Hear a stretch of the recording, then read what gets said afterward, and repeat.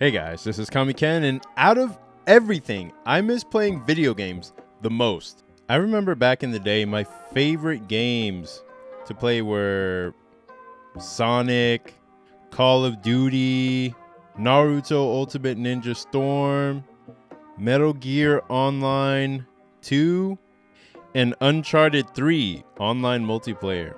Those were my favorite games back in the day. I used to play them endlessly, sun up to sundown, whenever I had a chance or whenever school was out. I would draw a little bit and play a lot. And nowadays, it's the complete opposite. And that's not 100% because I want it to be that way. It just has to be that way, you know? Like there's a point where I realized like I would just get addicted to the next game I got into. I wouldn't be able to stop myself from playing a game if I got back into it, because I always want to try to get good at something I'm initially bad at. So if I got into a new game, I would just want to get good as fast as possible so I wouldn't be like destroyed in like the online lobbies, because I always want to play like the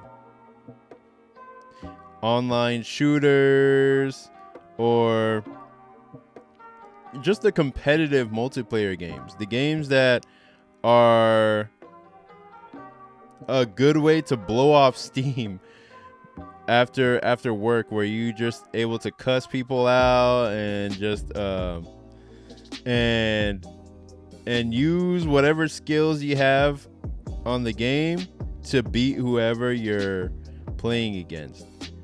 That is my idea of, killing stress after a hard day's work. My sister, she would play a game called Dead by Daylight, and that game is so scary and nerve-wracking. I mean, it's less scary than it is nerve-wracking, where you're just constantly on edge, stressed the fuck out about what scary monster is coming to like fuck you up and put you on some hooks or whatever. And she said, "Oh no, it's relaxing after work." When she told me that, I was just like, if that's relaxing for you, you're crazy. But then when I thought about it, it's the same for, playing all these like shooter games where you're just shooting, trying to get the highest score, beating ass, and just being like, yeah, I'm the best one here. You guys suck, and I'm good, and everyone calls you the N-word, and it's just a good time had by all, dude. That's the kind of stuff I want to get back into, man. I wanna, see what kinds of new mechanics that they're using on these like Call of Duty or Fortnite. I really wish I could play Fortnite. There are so many times or so many seasons where I was just like, yo, this season looks so dope. I want to play it so bad. Where like there was Attack on Titan characters in it, and they were playing in a city, and there was Spider-Man in there. I was just like, oh my god, I want to play this bad. But I know if I get started, I know in my heart of hearts, if I get started on it, like I will never finish.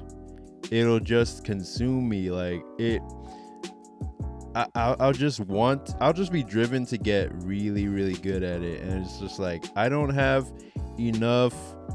I don't have enough skill points in life to dedicate to learning a new game anymore. Like, I guess everything that I wanted to get out of games has been replaced by like real life stuff. I just want to focus on getting good at real life stuff nowadays. It's like I can't dedicate all that time now to games. I want to, but I just have to learn how to make my life feel as interesting as a game. You know what I mean? Like, I want to get good with Japanese. Like maybe try to figure out how to make Japanese feel like a game. Like the process of learning Japanese feel like a game. Because there's all kinds of skills. There's all kinds of doors I can unlock just by learning that language, and being able to pull information from books that are untranslated and that kind of thing. Pull new like art information that I could learn, or information about manga and that kind of thing, the inner workings of the industry, because that information is probably out there written in Japanese, but not in an easily digestible like YouTube video. And not only Japanese, but like relationships and that kind of thing. That's one of the things that I basically gave up video games for, is so I could learn how relationships work, and find yourself a little girlfriend, all that stuff, man. And I've had some success with that, but it's only thanks to giving up, games for a certain period of time. And, I really do just want to get back into it one day. And I think one day there will be time to indulge once again. Maybe get into like Pokemon again. That would be really cool. Like trying Pokemon, or I've always been into like shooters for the most part.